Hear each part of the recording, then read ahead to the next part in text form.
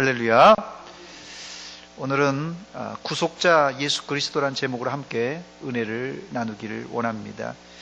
예수님에 관한 교리를 이 조직신학에서는 기독론 혹은 그리스도론 이렇게 부릅니다. 그래서 예수님에 관한 교리를 기독론, 그리스도론 이렇게 부르는데, 이 기독론은 구체적으로 예수는 누구냐, 예수님은 누구신가를 다루는 학문입니다. 크게 이 두 가지, 예수 그리스도의 인격과 예수 그리스도의 사역을 다루는 학문입니다. 그래서 이 그리스도론이라는 것은 예수님이 누군가 이걸 다루는 것인데, 예수님의 인격과 예수님의 사역을 다룹니다. 그러나 예수님의 인격과 사역은 구분은 가능하지만 나눌 수가 없습니다. 오늘 설교 제목이 이제 구속자 예수인데, 이 구속자라는 명칭은 예수님이 누구인가를 가르쳐주고, 또 예수님이 무엇을 하셨는가 동시에 말하고 있어요. 이 구속자라는 말 속에는 예수님이 누군가, 그리고 예수님이 어떤 일을 하셨는가, 이걸 동시에 말하고 있습니다. 오늘 소요리 문답 21번과 본문을 중심으로 예수님의 인격과 사역을 살펴보겠습니다. 첫 번째, 예수님은 누구인가? 우리가 올해 예수를 믿었기 때문에, 우리가 교회를 다녔기 때문에 예수님이 누군가 우리가 알고 있지만, 오늘 여기 특별히 예수님은 누군가라는 질문에 소요리 문답 21번에는 하나님의 선택하신 자의 구속자가 누구인가, 예수님을 특정해서 하나님의 선택하신 구속자라 이렇게 정의합니다. 그 구속자가 누군가라는 답변이 이런 답변입니다. 하나님의 선택하신 자의 구속자는 다만 주 예수 그리스도이신데, 그는 하나님의 영원한 아들로서 사람이 되셨으니 그 후로 한 위에 특수한 두 가지 성품이 있어 영원토록 하나님이시요 사람이다, 이런 답변입니다. 이 소요리 문답 21번을 요약하면, 예수님은 우리를 구속하실 유일한 분으로서 참 하나님이시고 동시에 참 사람이시다, 이렇게 요약할 수 있습니다. 오늘 본문 빌립보서 2장에 예수님은 하나님인 동시에 사람임을 아주 잘 표현해 주고 있습니다. 또 더불어서 예수님이 누구이신가, 또 예수님이 하신 일이 무엇인가를 잘 말해주고 있습니다. 빌립보서 2장 5절로 8절 읽었습니다만 제가 다시 한번 읽겠습니다. 너희 안에 이 마음을 품어라. 곧 그리스도 예수의 마음이니 그는 근본 하나님의 본체시나 하나님과 동등됨을 취할 것으로 여기지 아니하시고 오히려 자기를 비워 종의 형체를 가지사 사람들과 같이 되셨고 사람의 모양으로 나타나사 자기를 낮추시고 죽기까지 복종하셨으니 곧 십자가에 죽으심이라 그랬습니다. 여기서 우리는 우선 예수님이 어떤 분인가인 것을 우리가 알게 되는데, 예수님은 누구입니까? 예수님은 하나님과 동등되신 분이에요. 하나님과 동등한 분이라는 것을 알 수 있어요. 이 부분을 우리는 예수님의 신성이라 이렇게 말합니다. 예수님의 신적인 성질, 예수님의 신성이라 말합니다. 본문 6절 말씀입니다. 그는 근본 하나님의 본체시나, 예수님은 근본적으로 하나님의 본체예요. 또 하나님과 동등됨을 취할 것으로 여기지 아니하시고 했는데요, 동등하신 분이라는 뜻입니다. 그러나 동시에 두 번째, 예수님은 신성을 비워 종의 형체를 입은 소위 우리가 얘기하는 성육신, 인카네이션 하신 완전한 사람이시. 본문 7절과 8절입니다. 오히려 자기를 비워 종의 형체를 가지사 사람들과 같이 되셨고 사람의 모양으로 나타나사 자기를 낮추시고 죽기까지 복종하셨으니 십자가에 죽으심이라 그랬어요. 즉 예수님은 하나님이신 동시에 사람이 되셨어요. 뒤에 말씀드리겠습니다만, 우리를 구속할 이 구속자는 아무나 되는 것이 아니라 완전한 신인 동시에 완전한 인간이어야만 우리 죄인을 구속할 자격이 되는 것입니다. 사실 이 교리는 초대교회에서 상당히 논란이 많았던 교리입니다. 왜냐하면 이 교리는 이 사람의 이성으로는 정확하게 설명하기 어려운 신비한 부분이 있어서 그렇습니다. 그래서 이 교리 때문에 사실상 이단들이 많이 생겨났습니다. 물론 지금은 이 교리가 확정되었기 때문에 우리가 예수님은 하나님의 아들이시고 동시에 예수님은 마리아의 몸에서 출생하신 사람이다 이렇게 믿지만은 당시 사람들은 이 신이 육신을 입고 이 땅에 그것도 아기의 몸으로 오셨다는 것을 믿기가 어려웠어요. 뭐 이런 경우가 없으니까요. 그래서 생겨난 이단들이 제가 세 가지 이단을 좀 소개하려고 하는데요. 첫 번째가 이 가연설 이단입니다. 이 가연설이란 예수님의 인성을 부인하는 이단이에요. 이것을 주장하는 자들은 예수님은 육신을 입으신 것이 아니라 육신은 신성을 감싸는 하나의 껍데기에 불과하다 이런 이론입니다. 즉 가연설을 주장하는 이단들은 거의 다 이 영지주의자들인데요.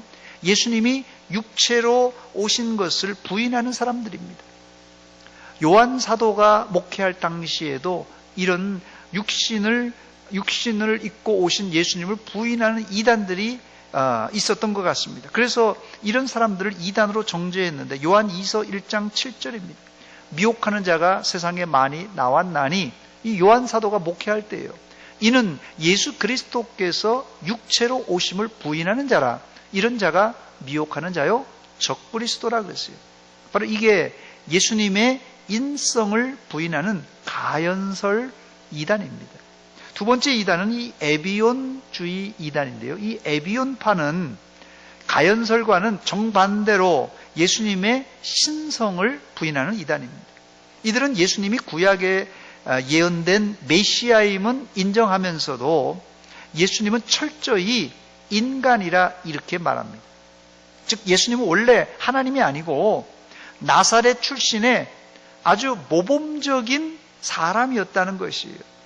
그런데 하나님이 그를 택하여서 요단강에서 이 세례 요한에게 세례를 받을 때 비로소 하늘에서 비둘기가 내려와서 성령으로 충만하게 임하게 됩니다. 바로 그때부터 이 예수는 나사렛 출신 예수는 신적인 능력을 가지고 메시아가 되었다고 주장하는 이론이 바로 이 에비온 이단입니다. 그래서 이 에비온파는 철저하게 예수님은 신이 아니고 하나님이 선택한 아주 훌륭한 인간이었는데 하나님께서 사용하셨다 이렇게 주장합니다. 자, 세 번째 이단은 이 아리우스 이단인데요. 이 아리우스 이단은 신은 그 본질을 그 어떤 피조물과 공유할 수 없다 이렇게 주장합니다. 자, 이게 신은 영적인 거예요. 눈에 안 보이기 때문에 그 본질을 어떻게 눈에 보이는 이 육체와 같이 공유할 수 있냐는 것이 안 된다는 거예요.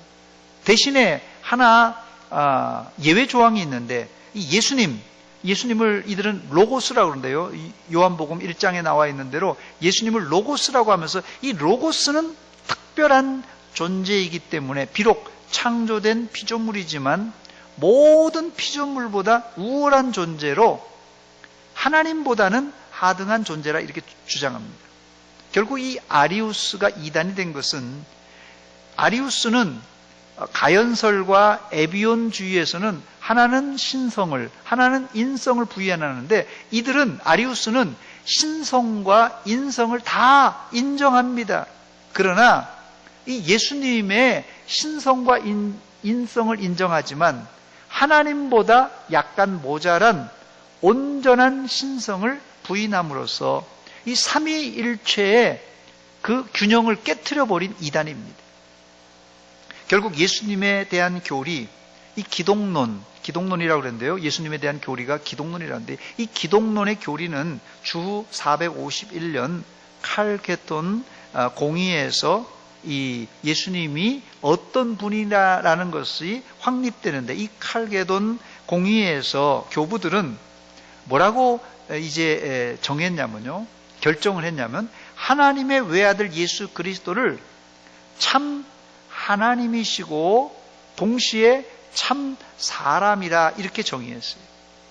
그래서 예수님 안에는 신성과 인성이 존재하지만 이 신성과 인성은 섞이지 않고 변화되지 않고 나뉘어거나 갈라지지 않고 예수님은 100% 하나님이시고 동시에 100% 사람이라 이렇게 선언을 했어요.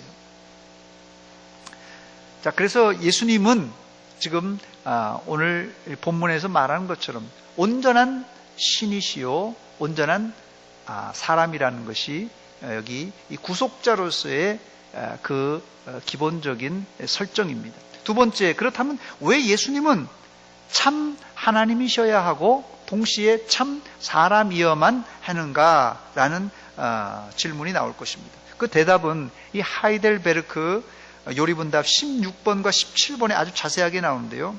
그 내용이 그겁니다. 중보자는 왜 참 인간이고 의로우신 분이셔야 합니까? 라는 게 이 16번 문제고요. 17번 질문은 중보자는 왜 동시에 참 하나님이셔야 합니까? 라는 질문입니다. 자, 여기에 대한 답이 이렇습니다. 하나님의 의는 죄 지은 인간이 죄값 치르기를 요구하지만 누구든지 죄인인 사람으로는 다른 사람을 위해 값을 치를 수 없기 때문이라는 거예요. 그래서 예수님이 참 사람일 수밖에 없는 게 여기 하나님의 의는 예를 들어서 죄를 지은 사람, 이 죄를 지은 사람이 있다면 그 죄값을 받으려면 죄가 없는 사람이 이 죄값을 치러야 되는데 이 아담의 육신의 그 몸을 입고 태어난 사람들은 한 사람도 이 원죄에서 벗어날 수 없기 때문에 죄인이에요. 죄인이 죄인을 구속할 수 없기 때문에 하나님은 참 인간이고 동시에 참 사람이어야 된다 이렇게 말하는 것입니다. 또 예수님이 신이어야 했던 이유는 뭐라고 대답하냐면요, 그의 신성의 능력으로 하나님의 진노의 짐을 그의 인성에 짊어지시며 또한 의와 생명을 획득하여 우리에게 돌려주시기 위함이다. 그래서 예수님이 신이어야만 했던 이유는 이 신성의 능력으로 하나님의 진노의 짐을 그의 인성에 짊어지게 함으로 인간을 구원하기 위함이라 이렇게 말합니다. 이 좀 말이 좀 어려운데요. 이 교리라서 조금 어렵습니다. 제가 좀 쉽게 설명드리자면 이 중보자가 참 인간이어야 되는 이유는 아까 말씀드린 대로 죄인이 다른 죄인을 위해서 죄값을 치를 수 없기 때문에 죄 없는 사람이신 예수님이 필요했던 것이고 참 사람이신, 동시에 중보자가 참 신이어야만 하는 이유는 처음 아담이 사실 온전하게 창조되었어요. 아담이 흠이 없습니다. 온전하게 창조되었어요. 그렇지만 아담이 죄를 짓고 사망에 이르고 말았어요. 그래서 이 두 번째 아담이신 예수님은 이 중보자로 나오시면서 사탄의 유혹과 시험을 견디고 이길 수 있는 이 신적인 이 능력이 필요했던 것입니다. 그래서 대요리문답 제38번 답을 보면 좀 더 쉽게 이해가 되는데요. 제가 38번 답을 읽어드리겠습니다. 중보자가 반드시 하나님이어야 할 이유는, 중보자가, 구속자가 신이어야만 하는 이유가 뭐냐면요, 인간성을 붙들어 하나님의 무한한 진노와 사망의 권세 아래 떨어지지 않게 하기 위해서다 이렇게 말하고 있어요. 즉, 이 예수님의 인간성을 붙들어준다 그랬어요. 인성을 유지하고 지켜줘야지만이 된다는 거예요. 안 그러면 아담도 실패했거든요.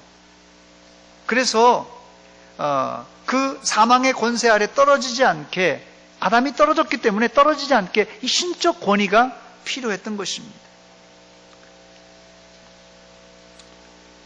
그래서 예수님이 중보자가 되시려면 반드시 참 사람이어야 되고 동시에 참 인간이어야 된다, 이렇게 말씀드릴 수 있습니다. 세 번째, 예수님은 참 하나님과 참 사람으로서 이 땅에 오셔서 그럼 어떤 일을 하셨는가? 예수님이 하신 사역입니다. 소요리 문답 문제 23번 말씀 보니까 그리스도께서 우리를 구속자로 무슨 직분을 행하셨는가? 이 예수님께서 우리의 구속자로 오셔서 무슨 직분을 하셨는가? 이 답은 그리스도께서 우리의 구속자로 선지자와 제사장과 왕의 직분을 행하시되 낮아지시고 높아지신 두 지위에서 하신다, 이런 대답입니다. 여기 보면 예수님이 이 땅에 오셔서 하신 사역은 세 가지예요. 뭐라고요? 누구라고요? 선지자 직분, 제사장 직분, 왕의 직분을 동시에 행하셨습니다. 그런데 이 세 가지의 사역을 예수님은 어떤 위치로 행하셨다고요? 여기 대한 답변이 두 가지라고 그랬죠. 낮아지시고 다른 한편으로는 높아지신 지위로 이 일을 수행하셨어요. 먼저 이 예수님의 세 가지 사역에 대해서 살펴보겠는데요. 첫 번째가 선지자 사역입니다. 예수님의 3대 사역 중에 제일 첫 번째가 선지자 사역이에요. 소요리 문답 문제 24번입니다. 그리스도께서 어떻게 선지자의 직분을 행하시는가? 그 답은 그것입니다. 그리스도께서 선지자의 직분을 행하시는 것은 우리를 구원하시고자 하시는 하나님의 뜻을 그 말씀과 성령으로 말미암아 우리에게 나타내시는 것이다 그랬어요. 예수님께서 선지자의 역할을 하시는 것은 이미 모세가 예언을 하셨어요. 신명기 18장 15절에 보니까 내 하나님 여호와께서 너희 가운데 내 형제 중에서 너를 위하여 나와 같은 선지자 하나를 일으키시리니, 예수님을 지금 벌써 이 모세가 예언하고 있습니다. 나와 같은 선지자 하나를 일으킬 것이라고 했어요. 예수님의 사역이 그래서 이 선지자 사역을 하는 것이에요. 여러분, 이 선지자는 뭐 하는 사람입니까? 선지자는 하나님의 말씀을 그대로 사람들에게 전달해 주는 사역을 하는 사람입니다. 하나님의 말씀을 그대로 대언해 주는 것이에요. 히브리서 1장 1절 2절 말씀 보니까 옛적의 선지자들을 통하여 여러 부분과 여러 모양으로 우리 조상들에게 말씀하신 하나님이 예전에 구약에 이 하나님께서 선지자를 보내서 이렇게 이스라엘 백성들에게 여러 가지로 말씀하셨다는 거예요. 2절에 보니까 이 모든 날 마지막에는 아들을 통하여 우리에게 말씀하실 것이다, 이렇게 말합니다. 그래서 구약에는 수많은 선지자들이 이렇게 하나님의 말씀을 대언했지만 이제 마지막에는 예수님께서 그 아들이 이제 그 말씀을 전달할 것이다, 이런 예언의 말씀입니다.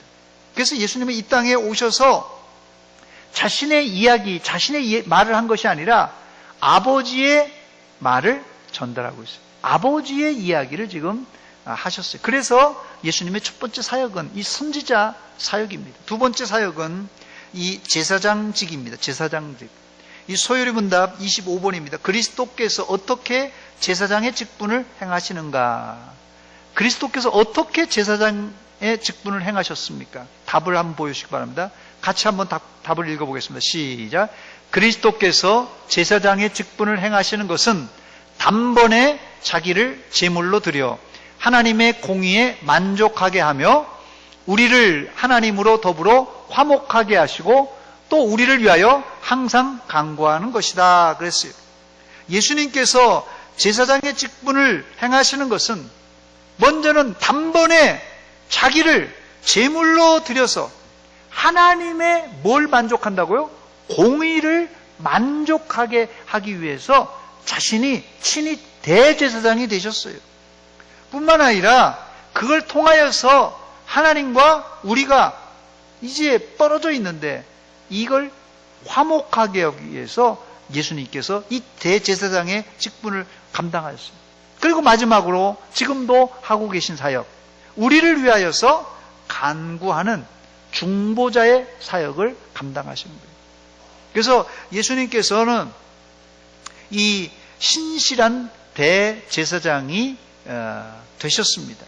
히브리서 2장 17절입니다. 그러므로 그가 범사의 형제들과 같이 되심이 마땅하도다. 이는 하나님의 일에 자비하고 신실한 대제사장이 되어 백성의 죄를 속량하려 하심이라고 했어요. 신실한 대제사장으로 백성의 죄를 이제 속량하셨습니다.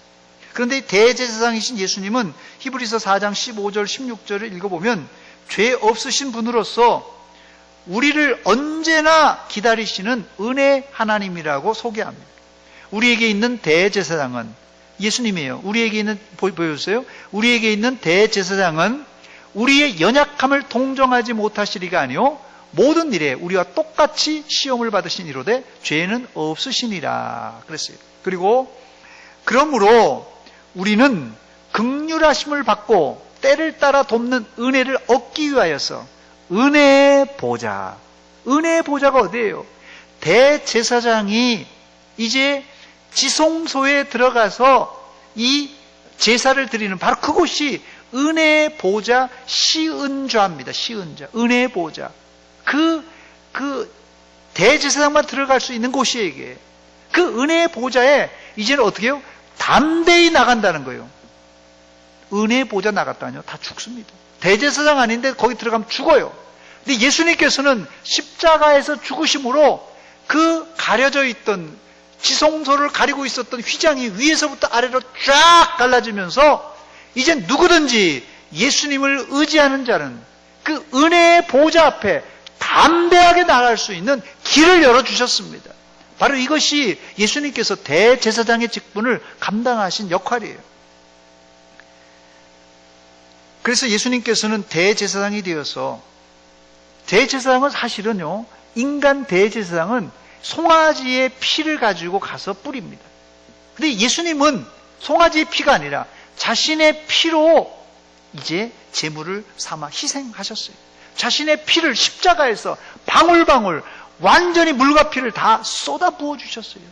그렇게 하심으로 우리를 구원하셨다는 것이에요. 히브리서 7장 27절입니다. 그는 저 대제사장들이 먼저 자기 죄를 위하여 다음에 백성의 죄를 위하여 날마다 제사 드리는 것 같이 할 필요가 없으니, 왜 필요가 없어요? 이는 그가 단번에 자기를 드려 이루셨음이라고 했어요.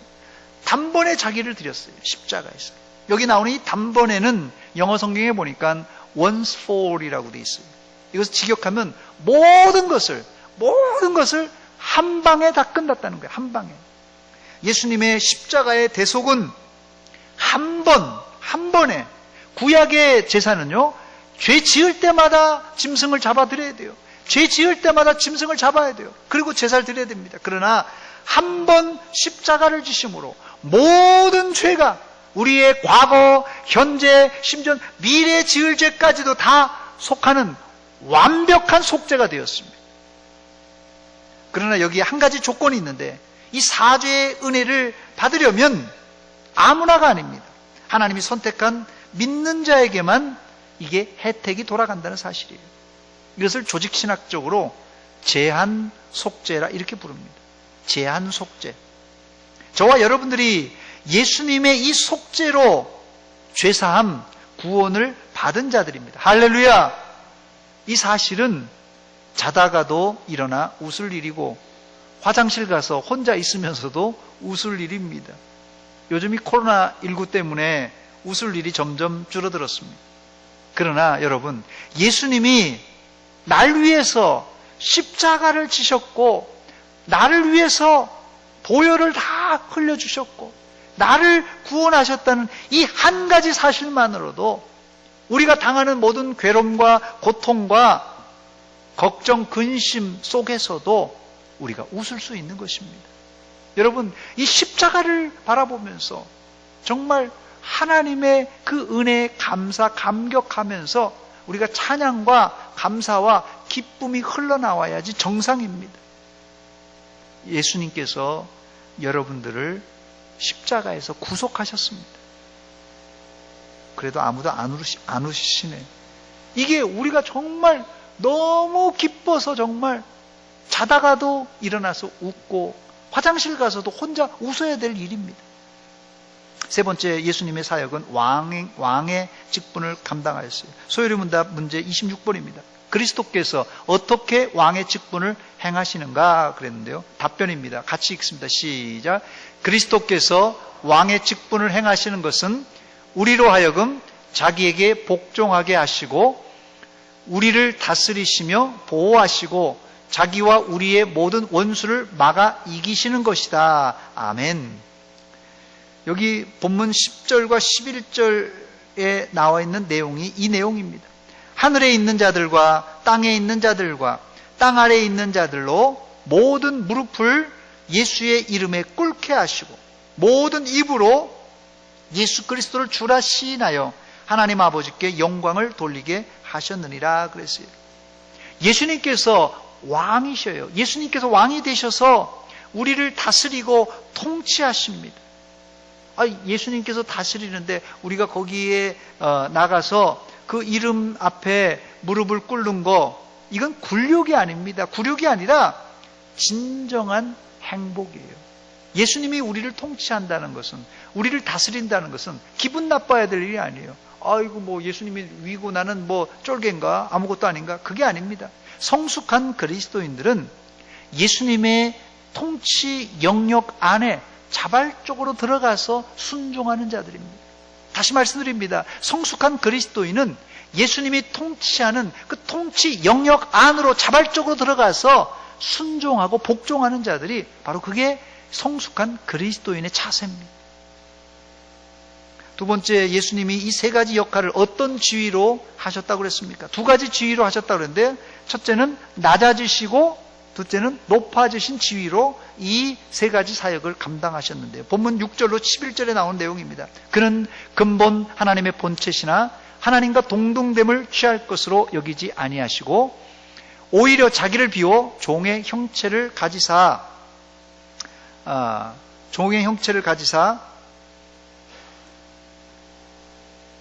사람들과 같이 되셨고, 낮아지셨어요. 사람들과 같이 되셨으니까 뭐 낮아지셨어요. 또 사람의 모양으로 나타나사 자기를 낮추시고 더 낮추셨어요. 죽기까지 복종하셨으니 더 낮아졌습니다.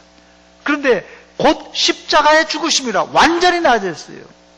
낮아져서 완전히 낮아졌어요. 9절입니다. 이러므로 하나님이 그를 지극히 높여, 이제 낮아졌다가 이제 예수님께서 서서히 올라오십니다. 하나님께서 그를 지극히 높아지셨어요. 모든 이름 위에 뛰어난 이름을 주시다 더 높아졌습니다. 10절에 보니까 하늘에 있는 자들과 땅에 있는 자들과 땅 아래에 있는 자들로 모든 무릎을 예수의 이름에 꿇게 하시고 더 높아지셨어요. 이제 예수님께서 모든 무릎이 예수님의 그 이름의 앞에 꿇게 하셨어요. 11절에 보니까 모든 입으로 예수 그리스도를 주라 시인하여 하나님 아버지께 영광을 돌리게 하셨느니라. 완전히 높아지셨습니다. 할렐루야. 예수님의 이 비하, 낮아지는 이 비하와 예수님의 승기, 높아지는 이 두 가지, 이것을 이중적인 상태라고 합니다. 그래서 예수님의 비하와 예수님의 승기, 이 두 가지가 이중적인 상태로 예수님은 자신의 사역을 감당하셨습니다.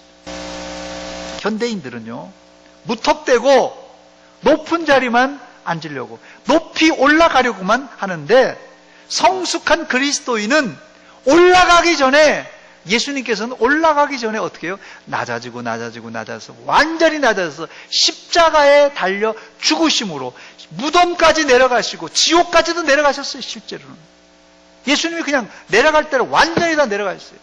이때 하나님께서 높이사 완전히 승기 올라가셨습니다. 오늘 우리가 낮아질 때, 겸손할 때 하나님의 때가 되면 우리를 높여주실 줄 믿습니다. 올라갈 필요 없어요. 낮아지기만 하면 하나님이 하나님의 때에 높여주신다고 약속하였습니다. 이제 말씀을 마칩니다.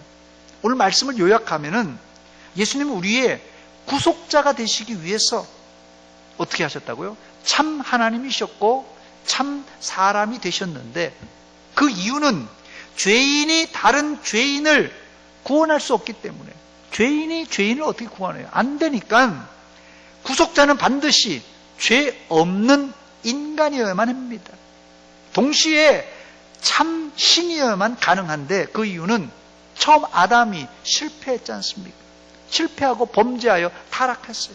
그렇기 때문에 하나님의 공의를 온전히 만족시키시고 구속을 이루기 위해서는 참 인간인 동시에 참 신이어야만 합니다. 결국 예수님은 이 구속 사역을 이루기 위해서 세 가지 역할, 선지자의 역할을 잘 감당하셨고, 제사장의 역할을 잘 감당하셨고, 왕으로서의 역할을 잘 감당하셔서 우리를 죽음의 권세에서 구원해 주셨습니다.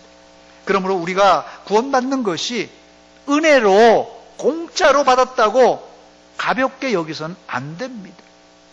천국 갈 때까지 이 구원의 은혜, 구속의 은혜를 찬송하는 성도들이 되시기를 주의 이름으로 축원합니다. 코로나 때문에 우울할 때 날 위해서 십자가에 달려 나를 구속하신 예수님을 생각할 때 우리는 힘들고 어려워도 이 찬송이 나오고 기쁨을 유지할 수 있습니다. 더 나아가 우리가 힘들고 어려울 때 어떻게 하라고 하십니까? 주님께서는 바로 예수님께서 갈라놓으셨던, 길을 열어놓으셨던 그 은혜의 보좌, 구약시대에는 아무나 들어가면 죽습니다. 그런데 그 휘장을 갈라놓으셔서 그 은혜의 보좌 앞에 언제든지 은혜가 필요한 사람들을 오라 부르십니다. 그 은혜의 보좌 앞에 나가서 하나님의 그 안식과 축복과 은혜를 충분히 받아서 우리가 재충전하여서 또 이제 세상에 나가서 이제 빛과 소금의 직분을 감당하는 거룩한 성도들 되시기를 주의 이름으로 축원합니다. 축원합니다. 같이 기도하겠습니다. 하나님 우리 아버지 은혜와 사랑 감사드립니다.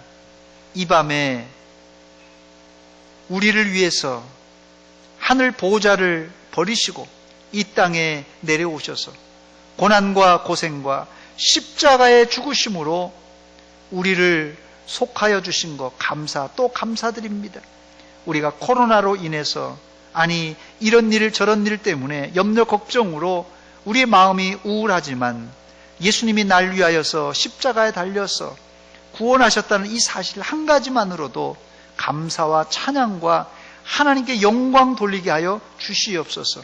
이 시간 내 마음속에 예수님의 십자가의 보혈이 흐르게 하시고 힘들고 어려울 때마다 은혜의 보좌 앞에 나와서 하나님의 은혜를 충분히 받고 이 세상에 나가 빛과 소금의 직분을 감당하는 주의 백성들 되게 하여 주시옵소서. 예수님의 이름으로 기도하옵나이다. 아멘. 찬송가 250